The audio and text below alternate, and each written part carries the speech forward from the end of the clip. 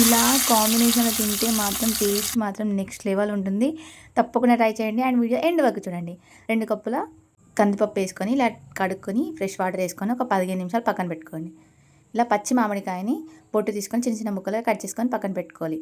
ఇప్పుడు కుక్కర్లో ఆ నానబెట్టుకున్న పప్పు అంతా వేసుకొని అందులో 3 కప్పుల వరకు వాటర్ వేసుకొని మూత పెట్టి ఒక 10 నిమిషాలు ఉడకనిస్తే చాలా బాగా ఉడికిపోతుంది. ఇలా అందులోనే మామిడికాయ ముక్కలు, టమాటాలు, పచ్చిమిర్చి, ఉల్లిగడ్డ, 3 స్పూన్ల కారము, 2 స్పూన్ల సాల్ట్, వాటర్ ఒక కప్ వేసుకొని మంచిగా కలుపుకొని కుక్కర్ మూత పెట్టుకొని ఒక 10 నిమిషాలు ఉడకనిస్తే పప్పు, మామిడికాయ ముక్కలు అన్నీ మంచిగా ఉడికిపోతాయి. ఇలా ట్రాన్స్పరెంట్గా అయిపోతాయి మామిడికాయ ముక్కలు.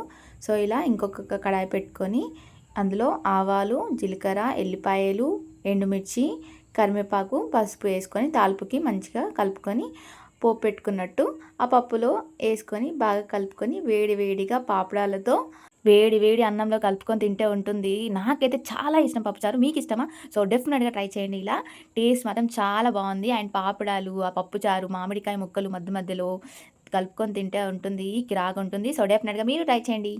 మరెన్నో డీటెయిల్ రెసిపీస్ కోసం భావన కిచెన్ రెసిపీస్ని లైక్ చేయండి, షేర్ చేయండి, సబ్స్క్రైబ్ చేసుకోండి.